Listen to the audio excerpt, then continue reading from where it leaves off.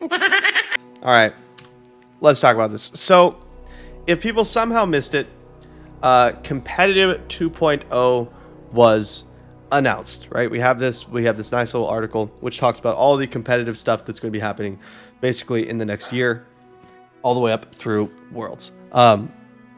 So with each release, we're directing our team's collective power towards new features. For patch 4.3, which is the patch with the new set on it, our main updates are going to be standard. We have rotation for eternal, and then we knew about this already. Something I'm very excited about is we have commons only, otherwise known as Pauper in a lot of games. And Pauper, I think, tends to be really fun. It's a really interesting format where it's like pretty low power. I believe it's going to be 4 champs only instead of the normal 6. So that'll be really cool. Very excited to play some games of that. They're adding the day 2 to Runeterra Opens. Again, we knew about this. It's going to be cash prizes. And then we know a little bit more about the actual top cut. We will talk about that when we get there. The daily rumbles, there are going to be reward updates where, spoiler alert, what it is when you spend like shards and stuff to enter, shards are now something that you you will win shards, because even if you go 0-3, you get some shards back to make it easier for people who don't have quite as established of a collection to continually play these daily rumbles if they really want to. Ruthless Rumble is like a paid enter, like a premium, like a premium rumble. Pretty cool for more exclusive prizing. We'll go over that again. Runeterra points added to ladder matters a little bit more now, and then we talk about Worlds 2023. And the big thing that I think is super cool is the world champion follower card. So now if someone wins the world championship, they're going to get a card of them. They're going to be a follower, and that is like the coolest thing. It's exactly like Magic. Yeah, exactly like Magic, where you have like Snapcaster Mage and like all that kind of stuff. And I think those are the coolest things. The coolest things. So I guess now I gotta win myself a world championship, huh? All right, so let's talk about the format. Standard is the newest competitive format, which is basically, well, I was going to say it's basically what we have now, but that's not true. Eternal is what we have now, featuring fewer cards than Eternal to create a new way to play. Expect to see many standard rumbles and opens, as well as standard ranked ladder. This fresh format will let new cards shine. I know people are really worried about rotation. I just have to say, like, have faith. I played a lot of card games, and rotation has always been a positive thing. It has never been negative. Like, literally never once has there been a rotation and the community at large was like, dang, this sucks, in any of the card games I played.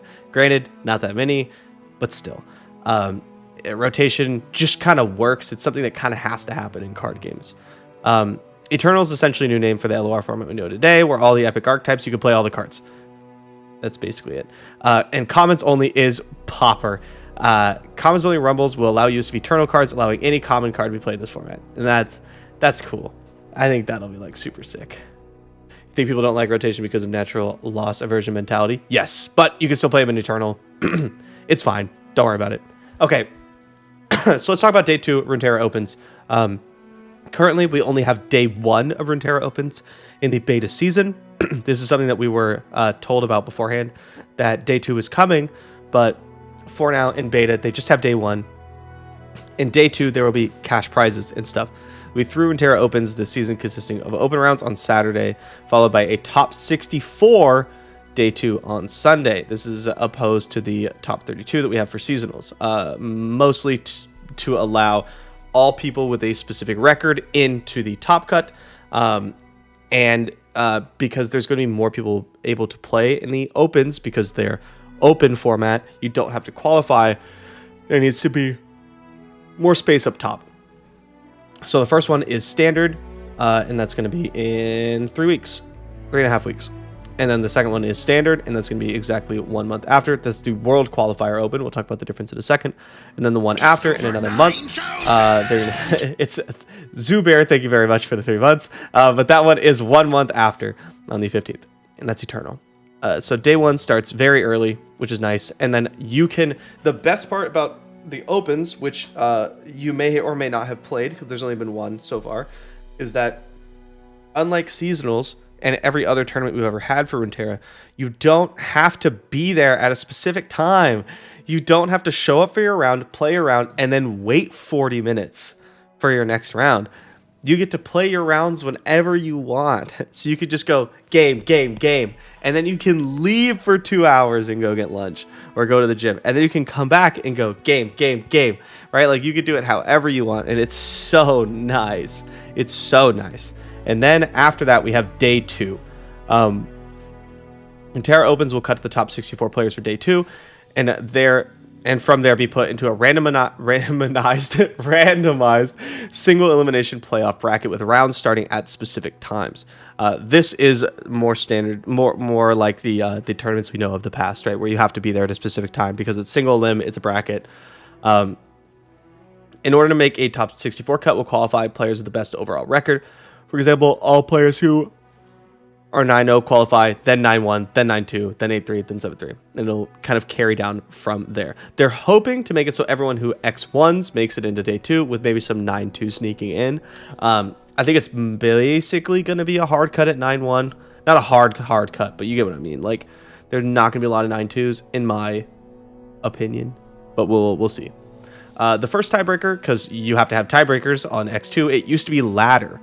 Right, we used to fight all season to get the highest ladder ranking. That way, when seasonals rolled around, we were able to take one more loss. We were able to go X and 2 and still make it into the top cut.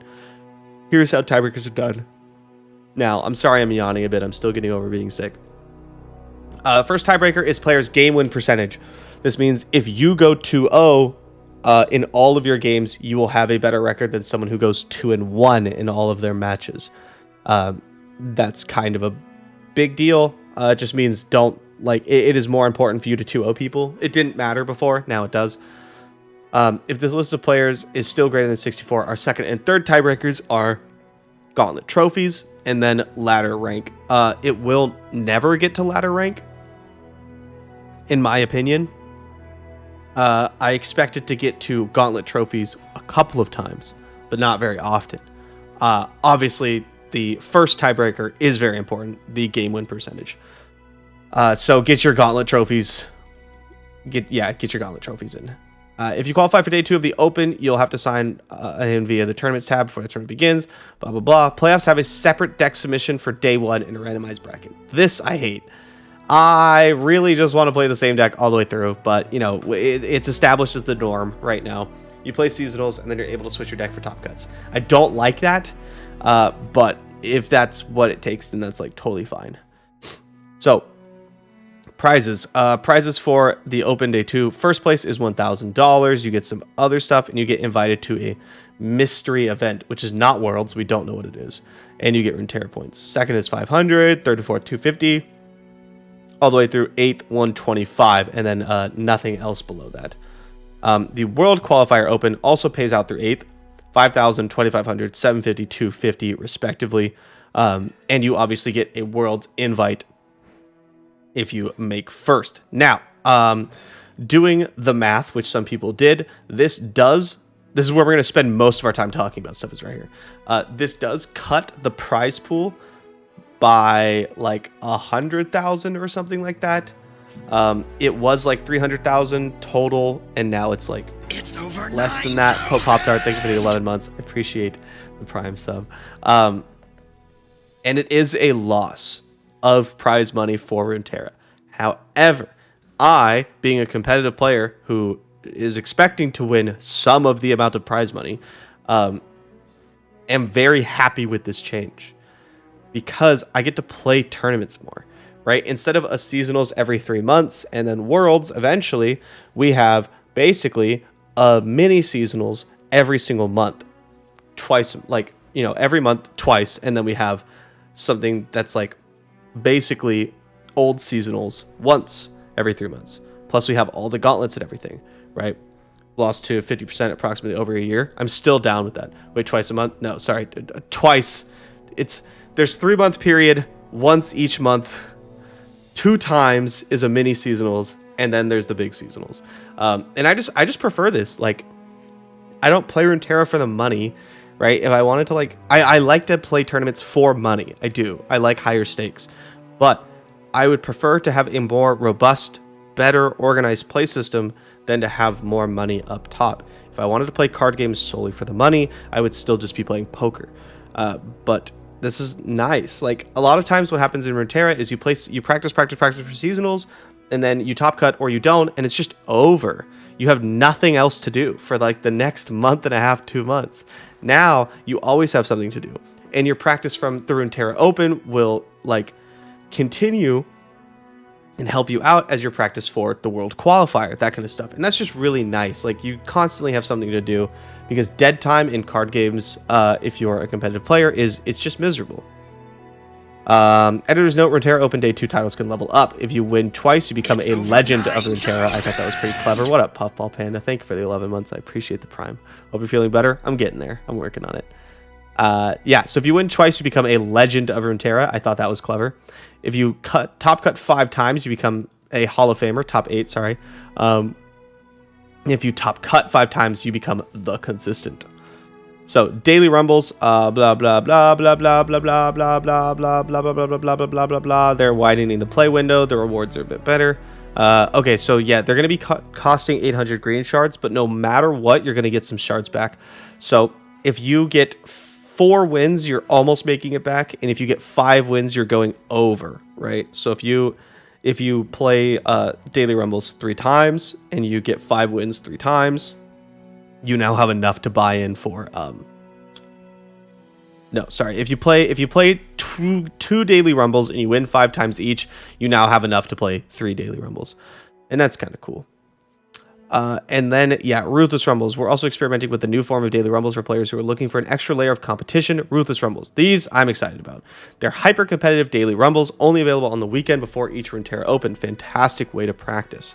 These new rumbles will challenge you to prove victorious in 5 matches, but if you lose 2, you're out. And then, yeah, you can pay. It's either coins or entry tokens. You have to be It's over 9,000. You have to pay in like a premium currency. What up, Austin? Thank you for the prime. And yeah, these I like. Right, you win a ton of trophies for them, which matter for qualifications and stuff, and then you win a ton of shards for them. Very excited about these. I love more competitive things that, you know, are pretty accessible. A lot of people get to do this in practice, and that's going to look cool. To go along with individual Rumble reward changes, we're also implementing a new season reward track with 5 new season badges, 3 season titles, 2 prime glories. These are buys in the open rounds. Very, very, very important. How do you get the entry tokens? It's through season reward track. That was I should have just kept reading. Ruthless Rumble tokens and more. Prime glories will grant wins in every Runeterra Open this season. Since this season's long in beta, the track will require 550 trophies. And then there's ladder, gives you some Runeterra points as well. We're not going to talk about that too much. All right, Worlds 2023. I'm a big fan for how this Worlds season is going to be handled. I actually talked to Ruben and the other rioters quite a bit about this. Me and Mr. Jason Florent. We did a lot of back and forth, giving a lot of feedback and stuff. And one of the main things that we talked about is we wanted to eliminate entirely the qualifier stages from Worlds. If you remember how Worlds worked the last 2 times, it was basically you would qualify for Worlds and then you have to play in a 64-man tournament against your fellow server countrymen, or whatever you want to call it, right? So like the Americas, people would have to play the Americas, and it would cut it down to 6 or 5 slots depending on whatever server you were in. And I hated that. I thought that was the worst thing ever, because if I qualify for Worlds, I want to play in Worlds. I want to play against people in other servers and stuff like that. That's the whole point. I don't want to play against the people I'm going to play against at every seasonals. And so that is getting eliminated now. Now it's going to be oh, did I read it wrong? Worlds will have a significantly larger international group round. Yeah, international group round, which then cuts down to top 60, which, yeah, 64 players, 64 qualifiers. Okay, wow, I was like, oh my god, did I just talk about this all the time? And I was wrong. 64 players qualify for Worlds. They play in a group stage. against each other, and then they cut down into 16, and then they have grand final will be double elimination top 16 bracket. Dope. 3 thumbs up. Very, very, very excited. Also, you can qualify through the last chance qualifier events, which are going to be basically like one-shot world qualifier opens. That's going to come later and stuff like that. So yeah, each region has 14 slots up for grabs. There's 3 champions, right, from each world qualifier open winner. There are first and second place from the qualifier slots, I believe. And then 9 slots for seasonal Runeterra points leaders. That's going to be pretty important. That's where ladder points start to actually matter. Is just trying to get the Runeterra points, because trying to get top 3 is going to be very tough. Globally, there are 18 slots available regardless of region. These are the top yearly Runeterra points earners. And then 4 slots are already taken, the 2022 World Champion, and then 3 of the World Ender seasonal tournaments. And here's a very nice graphic. There you go. Very nice graphic. I actually really like this one. And yeah, so that's pretty exciting. La la la la la. Pass downs.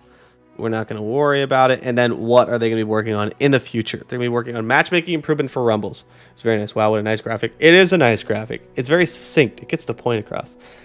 Oh, it's grassroots. Think Mastering Runeterra tournaments.